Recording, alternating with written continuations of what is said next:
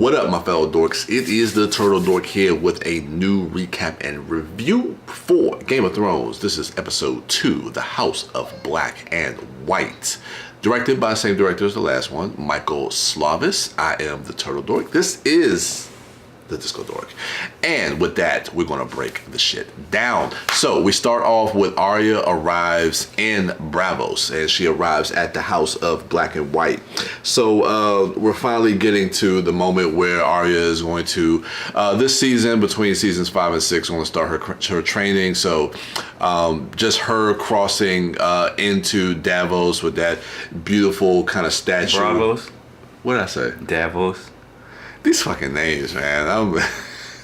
My mind is, oh man. Okay, Bravos. So this is the first time we see her since the season finale when she's on that ship, right? Yeah, okay. This is the ship arriving to Bravos.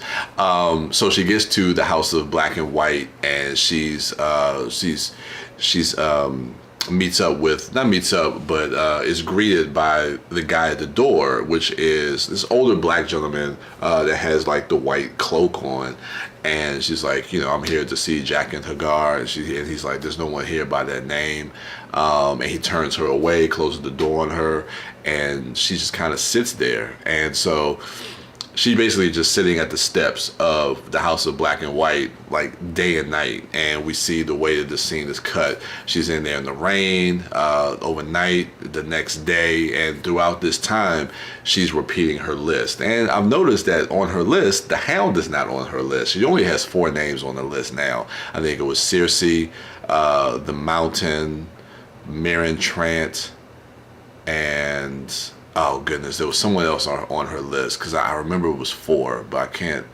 Cersei, the Mountain, Meryn Trant, and someone else, but the Hound wasn't on there. Of course, some names got taken off because they're already gone. Joffrey being one of them. I never noticed that he wasn't on the list at this point. The Hound? I guess that answers my question. Yeah. Well, I'm good. I'm happy. Yeah, I know. But yeah, so she's repeating her list day and night as she's sitting on the steps. And then I think one morning she takes the coin and she throws it out into the water, and then she just walks away. But it was interesting to just kind of see Arya in this moment, to see her commitment to wanting to be trained, to wanting this vengeance against the people that she has on her list. But then ultimately, I don't want to necessarily say she gives up, but I think she kind of gives up. Yeah, she does. I guess she does give up in that moment, and I guess she figures, she has to find her own way. So I thought that was a great way to kind of open up this episode. Then we get Brienne. This was crazy. All right, so they're at this innkeep, Brienne and Podrick, and Podrick spots Baelish at the other end of the innkeep, and he sees that she's with Sansa. He sees that Baelish is with Sansa, so he lets Brienne know. So she's like, "Look, ready the horses." He's like, "Look, we don't have any horses." She's like, "Well, go find some." So he goes out, tries to get the horses. He goes over to speak to Baelish and to Lady Sansa. And Lady Sansa, Brienne tells her, "Is like, look, I laid my sword down, for your mother. I swore to her that I would bring you and your sister. I would protect you and your sister, and bring you home safely." And of course, Baelish is saying, "Look, you were there when Renly died, and you were the one that was accused of killing Renly, and you were sworn to protect him. You were sworn to protect Catelyn. They're both dead. How can you assure that you can protect Sansa?" And Sansa also questions her as well, and kind of tells her to go on her way. And I don't know, man, like you were saying before, like all these characters that cross paths, and we finally have Brienne meeting up with Sansa, but it just seems like the timing of that, especially right now, is just, I don't know, man. It was just off for them at this moment, because Brienne's not looking good in this moment. So then there's about 20 guards with Baelish. So she leaves the innkeep. She releases their horses so they can't really chase them on horseback. And Podrick and Brienne are on horses, and Baelish's soldiers are chasing them. So we get this nice little chase sequence between them. And they separate. There's like a fork in the road, and Podrick gets separated from her, and Brienne has to come around and save Podrick, and she does in a pretty badass way. So I thought that was a nice little good action sequence between them. But yeah, man, that shit was rough, man. Like Brienne so close but yet so far. Threat to Marcel. So we're back in Dorne with Illyria. Illyria Sand is talking to Prince Doran, which is Oberyn's brother, about getting revenge against Cersei for the death of Oberyn. And he says, like, look, he died in the trial by combat, so it's not really murder. But he's like, I will mourn for my brother, but Illyria wants revenge. She's like, look, I can't sit here with Myrcella here, knowing that, Cersei killed, my love. And she's like, look, let's cut off her fingers and send them one by one to Cersei. And Doran is like, look, we don't mutilate little girls. This is not the way to do it. I understand you want vengeance. And it's cool to kind of see that, because like I said, Illyria at this moment is so merciless as far as like how she feels towards Cersei and the people of King's Landing. But I know you mentioned too, is like that kind of like that mirror image that she has. She's kind of similar to Cersei in that regard. Yeah. What else do we have here? Horse chase, Illyria, Selmy and Dany. So Selmy and Dany, so they're talking about one of the Harpies got captured by Dario and Grey Worm, and so they're trying to figure out what to do with him, and whether to murder him or give him a fair trial. And really, my biggest takeaway from this was what Selmy was telling her about her father, the Mad King, and why she should give this guy, even though they're kind of rebelling against you, why he deserves a fair trial.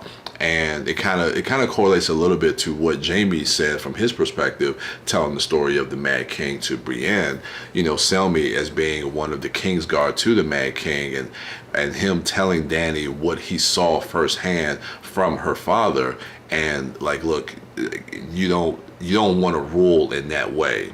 You want to give these people a fair trial. So I like that exchange between the two of them, because you don't want Dany to kind of follow in the same footsteps that her father followed into. And I think Selmy, seeing both sides of that, as far as being on the Kingsguard for the Mad King, I think he's able to kind of be able to sway Dany to give this Harpy a fair trial.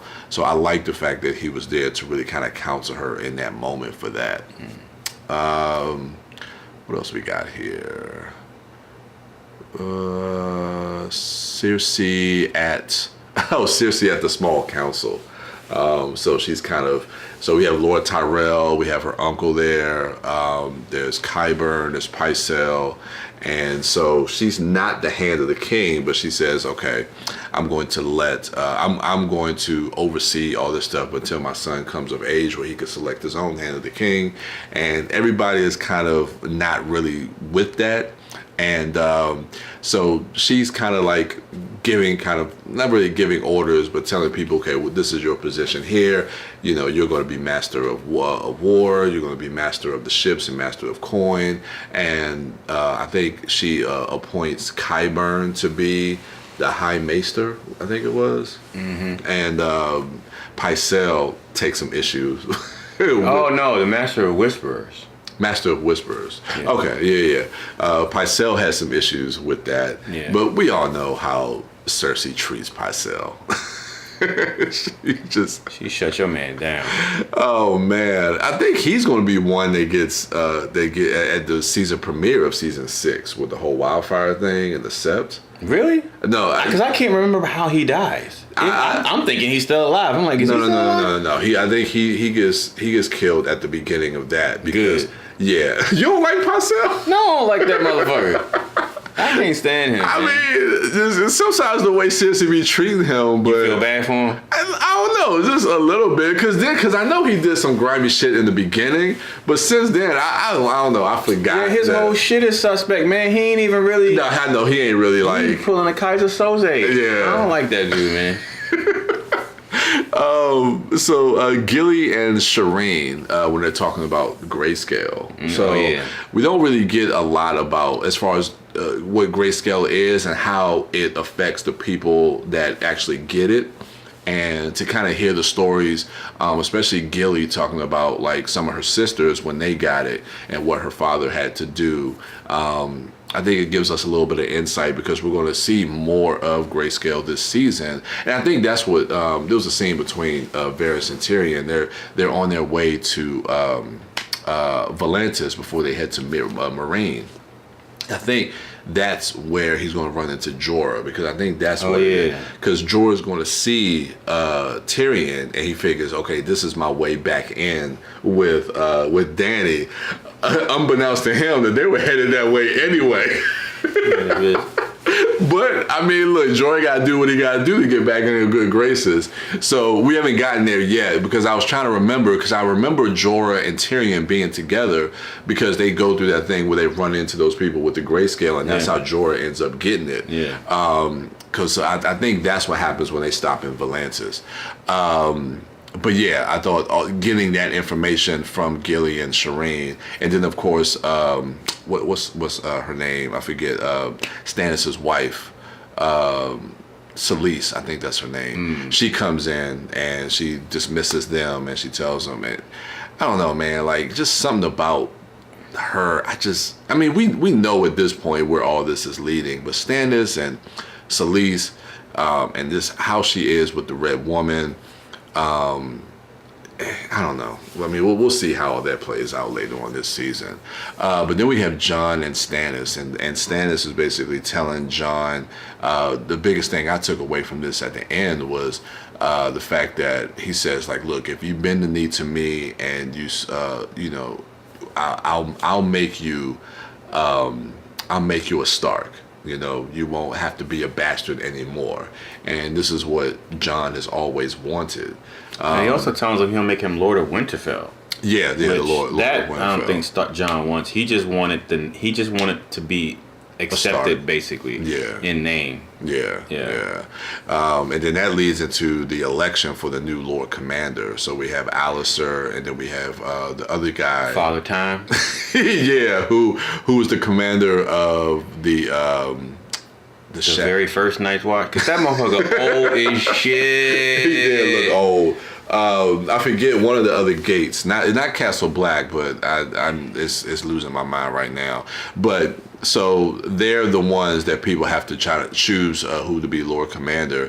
But then we got Samwell, who steps up and nominates Jon Snow as to be Lord Commander as well. And he gives a really good argument because I think the crows at Castle Black really do look up and follow Jon Snow. And he talks about what Jon Snow did at Watchers on the Wall when they had their battle against the Wildlings. Yeah. And of course you had Janis Slint, which Sam gets a couple of good digs at him because he was being a bitch during that fight. Yeah.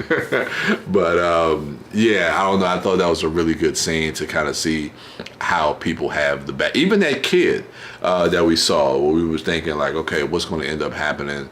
Or at least how is he going to turn on Jon by the end of the season? Oh yeah. But we see that. Oh, Jon Snow, he actually wins the election because... Which I had totally forgot that happened. Yeah. I mean, I know, like, shit goes sour for him while he's there, but... Yeah. But now it really makes sense, because I was trying to think, like, so I was trying to remember what the inciting... What incident led to everybody turning on him. Yeah, but I think it's going to have something to do with Alistair being tight because he lost the friggin' election, getting the people who are already against Jon to kind of, plot against him or whatever. So. Yeah, which is, I mean, we're going to see a lot of that this season, leading up to the season finale towards the end of this season. Because, I mean, at this point, Jon being back in Castle Black, I mean, Alistair is a good foil for him. Because right now, I mean, he's training people and new recruits and stuff like that. And so this storyline, I know a lot of people may not like Alistair, but I think it's essential to, especially where Jon's character is going to go towards the end of the season and moving forward. But he's a good foil for Jon to have during this season, especially while they're at Castle Black. Then we have Arya when she enters the House of Black and White. Yeah. So she's getting, I thought about this, man. Can you imagine if fucking Westeros was like our world today? So if you're just walking down the street and somebody just stop you just to kind of like try to rob you, and they pulling out swords and instead of people just I couldn't imagine living in a world like that. You just walk around and somebody like, hey, what you got there? Let me get that shit off you. I'm like, that shit happen down the street all the time. We're not that far from the Southeast. That's what I'm talking about. That's what I'm saying. But I know. I mean, I know it happens where we are. Believe me, I do. Bro, this neighborhood right here. I know. Hang out here for a little bit when we done. And when it start to get dark. Shit, you might not have to wait till the sun go down. Oh man, what you got on you, cuz? Let me get that off you. It's like, wait, hold up. It's like, I guess you always gotta stay strapped. They're not pulling out swords in this. Yeah, I know. That's what I'm saying. You always gotta stay strapped. That was just interesting to say. Well, she kills a pigeon like with needle. That shit was. Yeah. Damn. It's like, okay. And so then old dude that we see in the white cloak from the beginning, the older black gentleman, he shows up and he scares these thugs off. And so then they run away. And so he escorts her back to the House of Black and White. And then we reveal that is Jaqen H'ghar. And he mentions that, look, Jaqen H'ghar is no one. It's like, you have to become no one. And so she finally enters into the House of Black and White, and we're going to start to see what happens in there, and her training begins. So then we get to the big scene with Dany at the end when, this young dude, I guess he was a former slave in Meereen. He's one of the people of Meereen. Because we talked about that this harpy that they captured was going to have a fair trial, this guy ends up killing him. Mm-hmm. And of course, behind Dany's back, when he was supposed to have a fair trial. And once they find this out, she decides to execute him. It was like, the punishment for that is murder. So we get out there into the open where we have all the people. That's the second. What's that? And it might be semantics, but that's the second time you referred to death as punishment as murder as murder. Murder. I mean, the punishment is death, right? But you said murder. You keep calling it murder. Oh, I feel like murder is. I mean, it might be semantics. I don't know, but I just feel like murder is something different. Like, it's the death of somebody who didn't deserve it. I feel like that's murder. Wait, did I say punishment of death? No, you said murder, and then earlier when we were recording, you said murder too, because you said about the guy that they found in the wall, the Sons of the Harpy. You said they were going to give him a trial, but the punishment was murder. But you keep, I don't know, I'm sorry. It's just funny to me that you just keep referring to like death as punishment as murder. That's funny to me. Sorry. I mean, look. I'm not, but you know what? I'm not the good people, with my the people of Meereen, the key thing about this particular sequence is the key people of Meereen basically took it as that. Like, their reaction to it was not a positive reaction. Yeah, so when he ends up getting beheaded, when she murdered, when Dany orders Dario to behead him, because they're pleading, they're yelling, the people of Marina yelling mercy, mercy, mercy, because she just the thing I kind of took away from Dany's perspective is it's like, do you show mercy at the cost of being weak? Because in her position, that's she's kind of between a rock and a hard place. Because, you know, if she shows mercy, then she could be looked at as weak. So it's just like, and of course she's trying to get counsel from Selmy and everyone else. And I mean, it goes to show, like we said before last season, the difficulties of being a ruler is more than just kind of like, you know, giving orders and heading an army to go into war. It's like, it's the mundane, it's the everyday stuff that you have to deal with the people. And, you know, she's kind of in that position right now. And, you know, when she decides to give that order and she sees how the people turn on her immediately by hissing, which is, okay, I'm like, okay, look, I'm not from this land. I don't know. Maybe that's how they, you know, I didn't know people hiss at people like that. That's like, well, I mean, but you understood like that wasn't a good response. So well, absolutely. Yeah. And so they turn on Dany, and I guess, and I mean, watching the episode and watching that scene play out, I was like, this is a bad move for her. I didn't know how she thought this was going to turn out. I just didn't get that. But then, like, at night, we have the final scene where Drogon returns. So Drogon stops by. like when you grown and you finally move out your parents' house, you just stop by every once in a while. I ain't here to stay. I just want to say what's up. I'm good. I guess you're right. I gotta get back to my own shit. Cause you got your own life, you know what I'm saying? Like, my folks be like that all this. I stop by just to get, like, if I have a package delivered or something, you want to sit down and eat dinner? Nah, man, I'm good. I just came to get this package real quick. You see I'm alive, I'm in good health. I see y'all alive in good health. All right, I got to go. Yeah, I mean, he is the oldest. He's the biggest. He's like, look, I've been gone for a while. I'm good. I just wanted to make sure you was good. And, that shit happened earlier today. But you're still alive. You good? All right. I'm out. Just let me know if you need something. I'll be around. He's gone. Yeah, so I don't know. I thought that was interesting. I like the moment between her and Drogon, and then he flies off. He flies over Marine, but it was an interesting way to end the episode. I didn't know the significance of that, or if there's like something else to that. And then we know that Drogon will return. And we think that Drogon's the one that saves them when they actually go into the pit. That's who say that's the next time we're going to see him. Okay. So maybe they're just kind of letting us know that, okay, he's still around. You know, he's checking in, and we're gonna have he'll be back when he's definitely needed. But I did like the moment between Dany and Drogon. And of course, like when her music swells and that theme kicks in. Just beautiful, magical. So yeah, man, the House of Black and White, episode 2. Got it, man. All right, so let us know what you thought of this episode in the comments below. Remember to rate, like, subscribe, and share. Check out the other dorks at MouthDork, at WB Dash, at Sidewalk Siren. I am the Turtle Dork. This guy is the Disco Dork, and with that, we are out.